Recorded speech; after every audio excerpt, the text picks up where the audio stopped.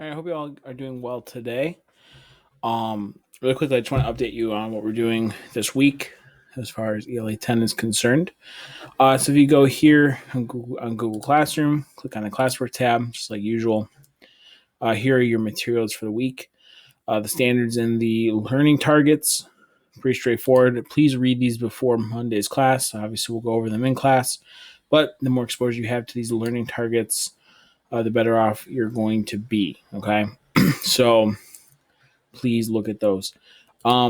Secondly, I want you all to read this poem here. Raleigh was right. This is going to be the poem that we work with this week. If this opens, I can walk you through it. This document's a little bit different than the poetry documents I've given you in the past. Different in that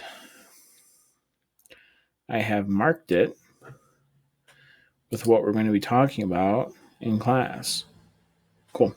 All right, so this is the class annotated copy. I'm going to update this during class tomorrow while we are discussing. But here are the questions we're going to go over tomorrow for this poem, Raleigh Was Right by William Carlos Williams, written in 1944. Okay, so the poem or the questions that we're going to be discussing in the class are going to be about the title, what the title suggests about the poem, the speaker, the central idea of the poem, things like that. So all these are questions we're going to discuss in class. So I want to give these ahead of time so you have a chance to read them, reflect on them a bit. You don't need to answer in any formal way, but I want you to be prepped with at least an idea of how you might approach these questions for class when we discuss them. All right. One thing I just want to say real quickly about participation in class. I need that participation to be on point. Okay, I need you guys all contributing to the conversation that we have. It's gonna start to be a grade where you get a participation points for making sure that you are doing what you need to do in class. Okay, so please make sure either through Padlet, because I think we're going to keep using that. So either through Padlet or verbally, I want you all to at least be heard once. So these are the questions that we're going to go over. Again, look through them, familiarize yourself with them, nothing too formal. And then obviously just read the poem. Okay, I included line numbers this time to make it a little easier to find lines as we discuss them. But just read it. I'd say read it a couple times. Make sure you're understanding what the poem's about so that we can have a good conversation tomorrow. So that's that. Your assignments for this week, 6 and 7. First is a quick write. All right, Williams quick write. You have two options for this quick write. Option one is to write this like you normally would. So you'd go here, you'd type it in the same way you've been doing, boom, submit, you're done.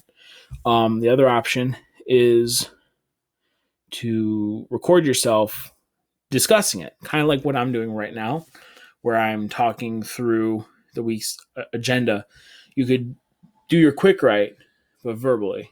So if you would like to present it, you still need a claim, 2 pieces of evidence, and detailed reasoning.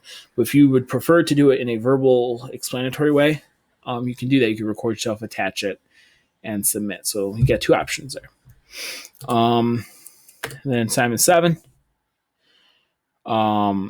We are going to compare and contrast all three of those poems that we've looked at. Williams this week, Raleigh, and Marlowe.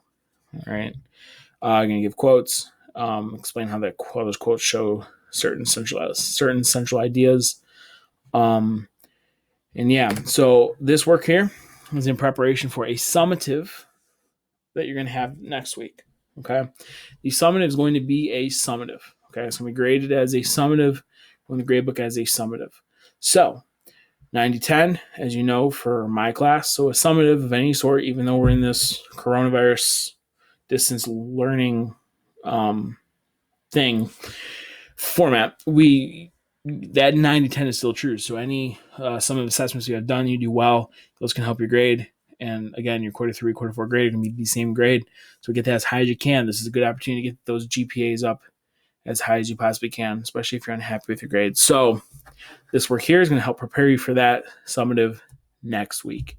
I hope that tomorrow I see more of you guys. I really, all things considered, I'm enjoying the online.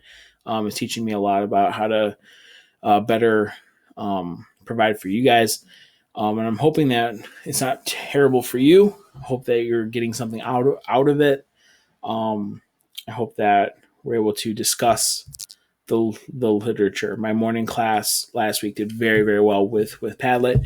Afternoon struggled a little. I'd like to see everyone engaging a little bit more, engaging verbally. Okay, I would like to see your faces on the video chat if at all possible. That'd be cool. But yeah, that's pretty much it. If you have questions, let me know. Everything that you've done so far, if you have it done, it's in PowerSchool. I just have to click save, and then you guys will be all set there.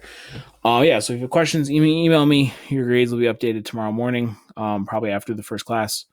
And yeah, so have a good day. Hopefully you all had a good Mother's Day, celebrating your moms. Yeah, that's it. Have a good one. See you guys tomorrow.